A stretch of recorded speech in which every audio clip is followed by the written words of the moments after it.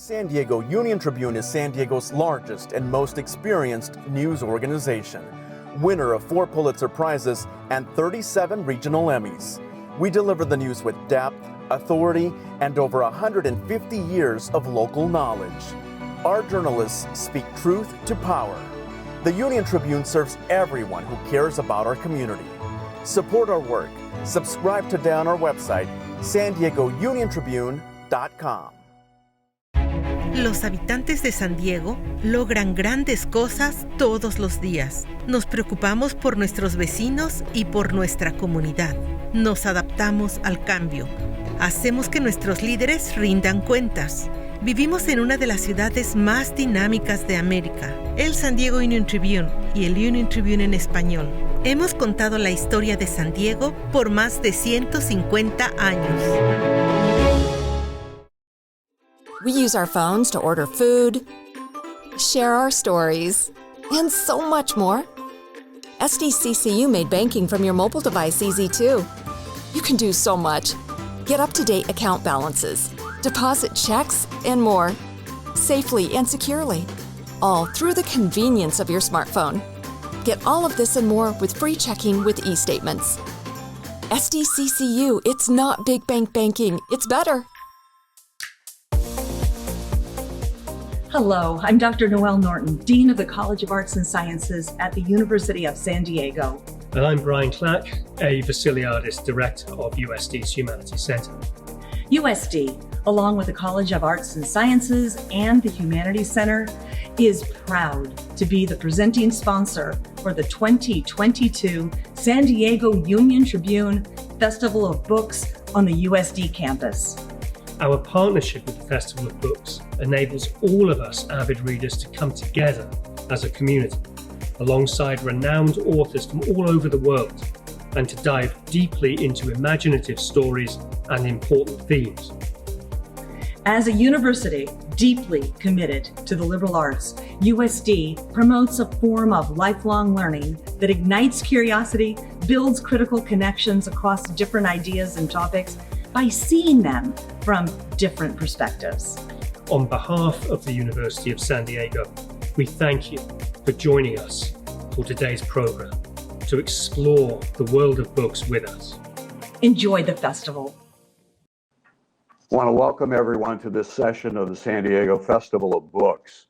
We're honored today to have as our guest Patrick Radden Keefe, who is a master investigative reporter. He has a new book out called Rogues: True Stories of Grifters, Killers, Rebels, and Crooks. And these are profiles that appeared first in the New Yorker magazine. Patrick, thank you for being here. It's great to have you. It's great to be with you. Thank you. Sure. And actually, you know, the title kind of sets up an interesting challenge, I would think, for a writer, because you're dealing with grifters, killers, rebels, and crooks. How are you able to draw them out and kind of get their true story? Well, I should say, a lot of the time they don't want to talk. So often the challenge for me is that I'm writing about somebody who would prefer that I not be writing about them. And I have to come up with a workaround, what we call a write around, where they won't talk to me. The person in the middle of the story won't talk to me, but I talk to all the people around them and I try and create a portrait that feels vivid. So whether it's Chapo Guzman, who I wrote a chapter in this book about, or the hedge fund billionaire Stephen A. Cohen, whose hedge fund got in a lot of trouble with insider trading, and who ended up buying the New York Mets. He wouldn't talk to me, and I have to kind of work around that refusal. But with others, what I try and do is, I say I'm going to take the time and do the work. I'll spend 4, 5, 6 months on a piece, sometimes a year on a piece. And I just tell them, I want to meet you where you are. I want to hear the way you perceive the story. And so that doesn't mean I'm not making judgments of my own, which I always do when I sit down to write. But it does mean that I'm not looking at the beginning just to kind of condemn somebody and write them off. I'm really intrigued to hear how they view their role in the story, even if it's what I would regard as kind of a malevolent role. Yeah, as you mentioned, I mean, some of these people are, you could say they're wicked, they're evil people. I mean, they're dangerous. You had a very interesting encounter with Chapo Guzman's lawyer after one of your pieces appeared. Tell us about that. This was one of the stranger encounters I've had as a reporter. You know, I'd actually written two big pieces about Chapo Guzman and his cartel, the Sinaloa cartel. The first one came out in the New York Times Magazine. It was a cover story in the New York Times Magazine 10 years ago. It came out in 2012. To give you a sense of how long ago this was, when I pitched the story to the New York Times, I had to explain to them who this fellow Chapo Guzman was. Right. And so I wrote that piece about the Sinaloa cartel.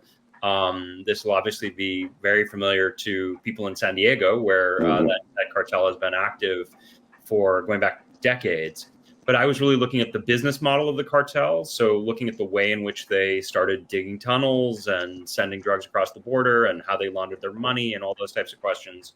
And then after Chapo Guzman was captured, several years later, I wrote this big story, which is in the book, called The Hunt for El Chapo. And I didn't talk to Chapo Guzman for either of those pieces. The second time around, he was, the first time he was still in hiding. The second time he was locked up and wasn't able to talk to reporters. But I tried to get as close to him as I could in terms of talking to people who knew him, who'd worked in the cartel, people who'd pursued him, the authorities. And after the piece came out, I got a call from a lawyer for the Guzman family. And I wasn't expecting this. Chapo Guzman famously is kind of only semi-literate. And I didn't think of him as like a New Yorker subscriber. So it hadn't even really occurred to me that people around him would read the piece, but they did. And this guy, when we got on the phone, he had a proposition for me. He said, El Señor, which is what they call him. He said, Chapo El Señor is locked up now and he's ready to write his memoirs. And would you like to ghostwrite his memoirs? Which took me completely by surprise. And, I was flattered, but I said no. Perhaps for obvious reasons. Right. The last profile that appears in this book was fascinating. It was a profile of Anthony Bourdain, and you spent a lot of time with him, it seemed. There's some great scenes where you are with him in Hanoi, kind of exploring the food culture there and also kind of exploring Anthony Bourdain. Not too much longer after the piece appeared, he committed suicide, and I wondered, did you go back and take a look at the piece and think, was that in any way signaled? Yeah, it's interesting. I mean, I really wanted to include that piece in this book because it's one of my favorites that I've ever worked on. It's a little bit of an outlier in that a lot of the book is about criminal misconduct of one sort or another, and he was more of a rebel than a rogue. But I think I knew Tony well enough to say that he would have been very happy to be included in a book called Rogues with all these villains and scallywags. Right. That was an experience where I'd written some pieces that were quite dark, and my boss David Remnick said, "What would you like to do? You need a little R&R, basically. What would you like to do to be fun?" And I said, "I want to travel with Anthony Bourdain." And so I spent a year working on the piece, and we hung out in New York. We went to Vietnam. We just met up for a lot of meals, and I really got to know him. And to your question, about halfway through that year, I remember calling my editor and saying, "Boy, this was supposed to be just a walk in the park and really fun and kind of a light, like celebrity profile, basically." Right. And it's gone really dark. This guy's in a very dark place in his life. He had during the time I was writing, his marriage fell apart. Mm-hmm. He had a kind of a near-death experience that I write about in the piece. And I had no inkling of how bad things were. I was as surprised as anybody was when he killed himself. But looking back, that was the last big article with a lot of access that was written about him. And looking back at the piece, I do think you can see the seeds of a guy who who in a way has been, part of he goes around the world. The title of the piece was Journeyman. And I think in some ways he kept running. He couldn't stop. And he was sort of trying to outrun his own darkness. He was also someone who seemed to have had all of his wishes granted, right? He basically had carte blanche, to go where he wanted, to eat where he wanted. You opened the profile with him having dinner in a small noodle shop in Hanoi with Barack Obama.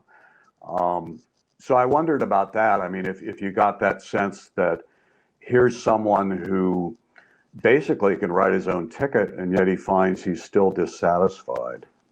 Yeah, absolutely. I mean, I think on a kind of existential level, it's an interesting idea, right? That part of what was fascinating to me about him was he was someone who, until he was in his 40s, he lived one life. He lived a sort of minimum wage life in which he was really grinding it out in restaurant kitchens. It was not glamorous, the kind of cooking that he was doing.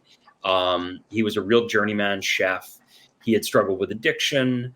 He was married to his high school sweetheart. They lived a pretty simple life. They went home every night and got takeout and watched The Simpsons. And then in his mid-40s, he published Kitchen Confidential, and his whole life changed. And he sort of designed what for a lot of people would be a fantasy life. The idea that you travel around the world, you go where you want, you meet cool people, you eat amazing food, you've got a CNN camera crew trailing you. It's 5 stars all the way. And yet he wasn't happy. And I think, on some level, that's kind of an interesting existential question for any of us, which is that we think about, I think a lot of people, myself included, looked at Anthony Bourdain and thought, boy, that's the life I'd like to have. And what an idea that somebody hands you that fantasy life on a silver platter, and it's not enough. And then the other thing that brought home to me, and I'm sure, for people listening, folks can connect with this, right, is that depression is a powerful thing, and there are people who really struggle, I think, in their lives. And in Bourdain's case, I think there was a kind of dissonance for him where it almost made him more, it's like when you're trying to fall asleep and you're unable to fall asleep, and then you get stressed out because you're unable to fall asleep, and that makes it harder to fall asleep. I think for him, it was this, he was depressed and unhappy, and yet he was aware that he had this amazing life. That made him more upset because he was thinking, why can I not enjoy this this winning lottery ticket that I've been handed? Now, the Bourdain piece is an outlier in another way in that he's someone that most of us are familiar with. At least we've seen him, we recognize the name. And many of the people you profile in here were complete strangers to me. They're collectors of rare wine or historic wine, the so-called Thomas Jefferson wines, or they're executives in a Swiss bank. And I wondered, how is it that you come across these stories? How do you decide that, this is the story I want to write? Because these are not exactly page one kind of issues. You have to dig and find these people. Yeah, I like it that way. I mean, most of the time I very rarely am writing the story that everybody else is trying to write. I often like to kind of go off on my own and see what I can turn up. I grew up reading mystery stories. I grew up reading Sherlock Holmes and Agatha Christie and Raymond Chandler. And I like genre. I like, I like the kind of writing that is sort of respectful of the reader's attention span and wants to grab you by the lapels and pull you in. So for me, that's the first thing I'm always looking for is it a good yarn?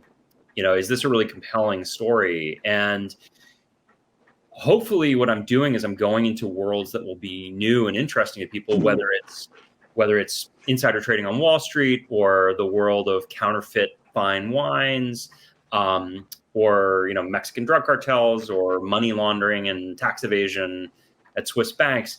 But it's never the case that I pick a topic like that. And I think, all right, my next topic is going to be tax evasion with Swiss banks. Right. It's always that in the case of the Swiss bank story, I heard about this guy who worked at HSBC in Geneva, and he walked out one day having stolen all this data.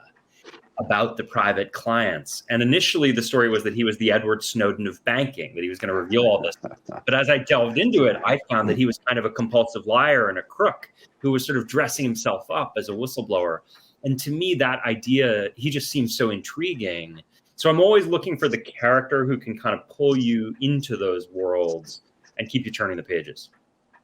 But that presents a certain challenge because you're going into these worlds that most of us, and I imagine you, don't start out being familiar with, how Swiss banking works, or how iron ore mining in Africa goes, or basically how someone would tell that a wine comes from the 18th century. So you do a heck of a lot of backgrounding. Tell us about that. Yeah, I love that. It's not, I love the research, but I think a lot of the time when I'm writing, I think about myself as a reader. And when I'm reading anything, a newspaper article, a magazine story, a book, I have a little kind of meta thing in my head where I'm paying attention to when I'm engaged and when I start disengaging, to the point at which I put a book down and find it a struggle to pick it back up again. And if there's one thing I hate as a reader, it's when I feel like the writer has done a ton of research, really good research on a complicated topic. And then when the writer's done with their research, it's like they push all their research across the table at me, the reader, and they say, I read it, now you read it. Right. For me, the whole name of the game is it's distillation, right? It's that I'll do a lot of that research, but then I'm really going to be selective in terms of what I tell you. And so my hope is that if you're learning things about corruption in the iron ore, this multi-billion-dollar iron ore sector in this poor country in West Africa, that it doesn't feel like homework. It doesn't feel like eat your vegetables, that you almost kind of get that exposition without even really noticing it if I'm doing it right. And so, yeah, there's a lot of research, but the real challenge for me is actually it's not for me to get smart on whatever the underlying subject is. It's for me to kind of figure out what you, the reader, need to know and what you don't need to know, and then deal those cards out in a way that hopefully won't feel like a chore for you and actually will be pleasurable and kind of seductive as a reading experience. Let's talk a little bit about your profile of Judy Clark, who is a public defender, federal public defender, and she lives here in San Diego. But you caught up with her when she was representing perhaps one of the most hated persons in the country. Yeah, so Judy Clark is one of the most famous death penalty lawyers in the United States, and she's an incredibly capable death penalty lawyer who focuses really most of her clients are people who've done awful things where there's not a lot of doubt about whether or not they've done them. In this case, it was the trial of the Boston Marathon bomber, Dzhokhar Tsarnaev. And Judy Clark is interesting because it's been about 20, 25 years she hasn't given an interview to the press. So that's a situation where she wouldn't talk to me. It wasn't that it was a hostile profile. I think it was actually quite a favorable profile. Yes. But she didn't want to talk. But I had this opportunity, which is that she was representing this guy in a courtroom in Boston. And so I spent, I think, like 4 or 5 weeks going back and forth and sitting in the courtroom. And it was like watching there's a great athlete who won't talk to you, but you got a front row, you're courtside watching them play in a championship game. And it was a bit like that. I mean, she's incredibly good at what she does, but it was also going to be a really tough case. It seemed as though this guy was probably going to get the death penalty. And in fact, he did in the end. And so that was a really fascinating experience for me. Just, again, talking to people who've known her, who she's worked with over the years, looking at previous cases. Never got an interview with her, but I was able to sit just feet away from her and watch her work. And I believe that was the first and perhaps only time that the person she's representing got the death penalty. Yeah, that's right. I mean, there have been some cases where she's not able to, she gets fired or she leaves, right, and she's not able to see the case through to its conclusion. But that was the first time where she did, and he did get the death penalty. Yeah. Wow. Were there any white whales here? Were there any stories that you really wanted to tell and yet they got away from you? I've got so many. And I'm enough of a, you'll recognize the reporter's instinct to, of course there are, but I'm not going to tell you. There's a story right now we'll tell you very little about. There's a story right now, which is the most fascinating thing. And I've been tracking it for 2 years. And it's like working its way through the criminal justice system, but it's just one of these stories where nobody wants to talk. The government doesn't want, the FBI doesn't want to talk. The prosecutors don't want to talk. The defense attorneys don't want to talk. The defendants don't want to talk. And I know that eventually, if I stick with it, something will change, that it'll open up. All I need is like a place to begin. But for now, I'm not able to do it. But it's driving me crazy because every week, 2 years, I'm thinking about the story. So I got a bunch of those. Okay. But you are a staff writer at the New Yorker, and I imagine, though they do give you a lot of lead time, a lot of string, at some point, they want you to produce a story, right? So is there something you're working on now that we'll be reading soon in the New Yorker?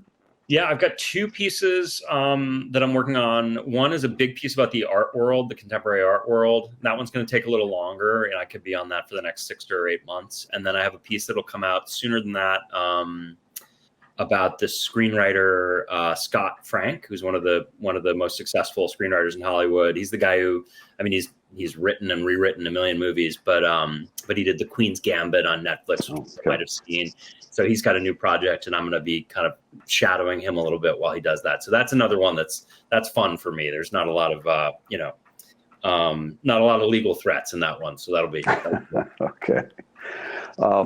We've been reading and hearing and watching so much about January 6th, and all these books coming out about the last administration. Have you been at all tempted to kind of get into that, even though a lot of folks have? I did. I wrote a handful of pieces about the Trump administration, some of which I'm really proud of. There's a big piece about Mark Burnett, who's the producer behind The Apprentice, and his friendship with Trump. That's in the collection in Rogues.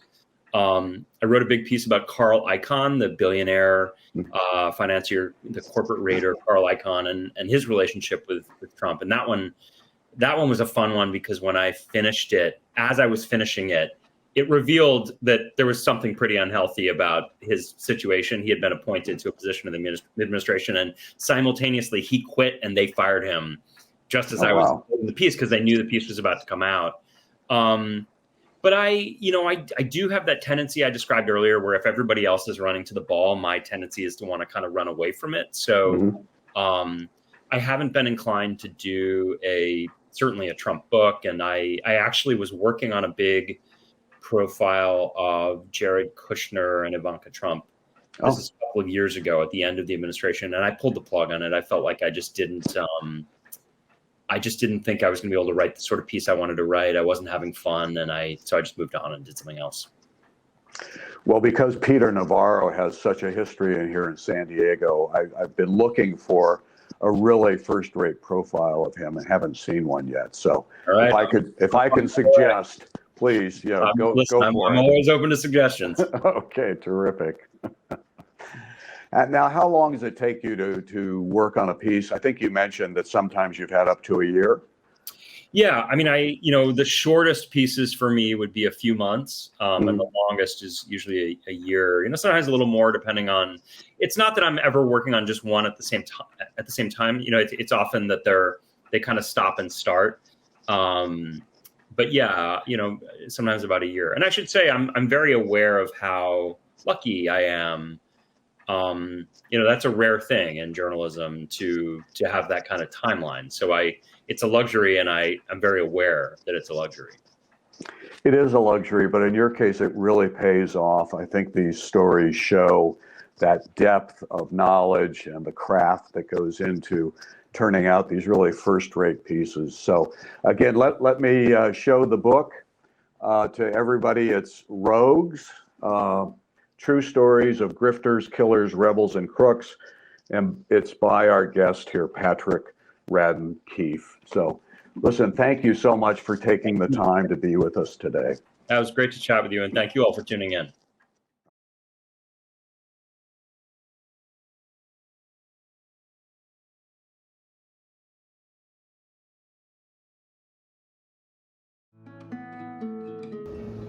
Hi, I'm Jose Cruz, CEO for the San Diego Council on Literacy, a proud partner with the San Diego Union-Tribune in the 2022 presentation of the Festival of Books taking place this Saturday at USD. Today, we're at the festival site, and in just a few days, this campus will be buzzing with people who love books, love reading, and love writing. The Festival of Books is our community's largest single gathering place for writers, publishers, and book lovers of all ages. The San Diego Council on Literacy is the beneficiary of proceeds from this event. When you participate in the festival, you support greater literacy in our region. This means a lot of things, including more books for children who need them the most. And of course, by being here, you'll have a good time. So please join us Saturday, August 20th, as we converge with thousands of other festival attendees to celebrate the joy of reading here on the USD campus.